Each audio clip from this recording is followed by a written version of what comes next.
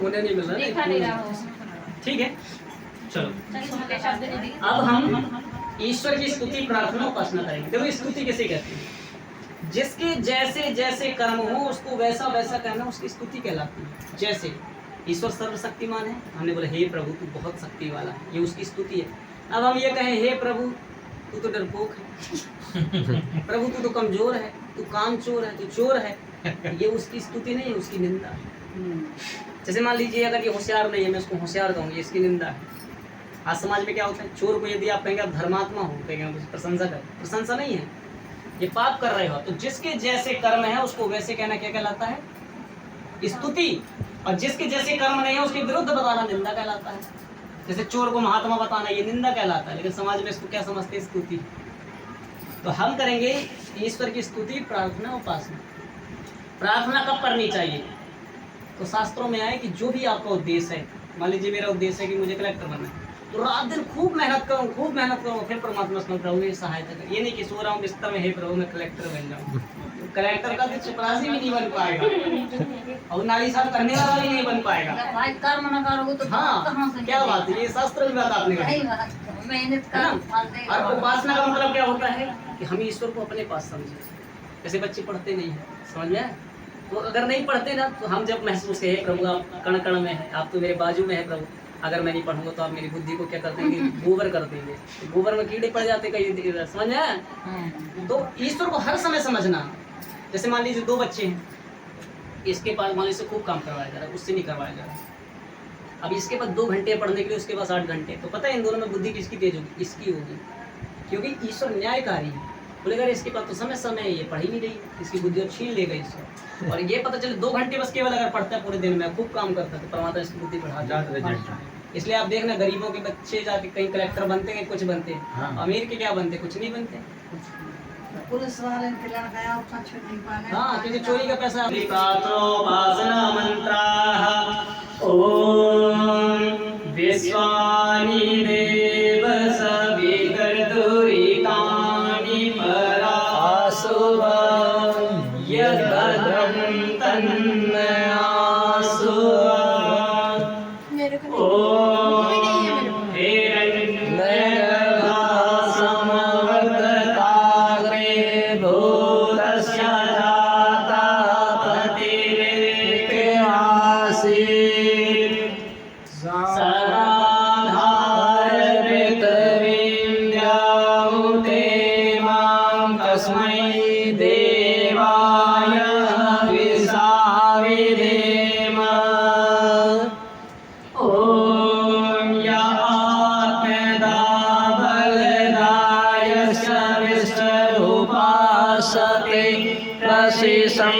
यस्य देवाः यस्य छायामृतैः यस्य मृत्युः तस्मै देवाय हविषावि देम।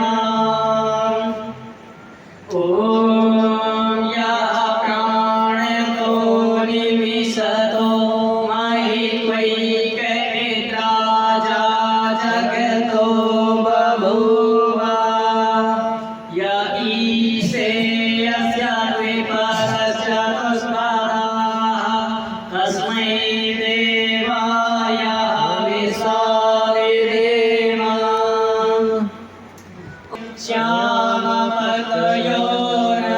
श्यामपतयोरयीणाम् ॐ सर्वो यो यो यस्मज्जोराणवेनो भूयिष्ठान्ते नमः उक्तिं विधेम।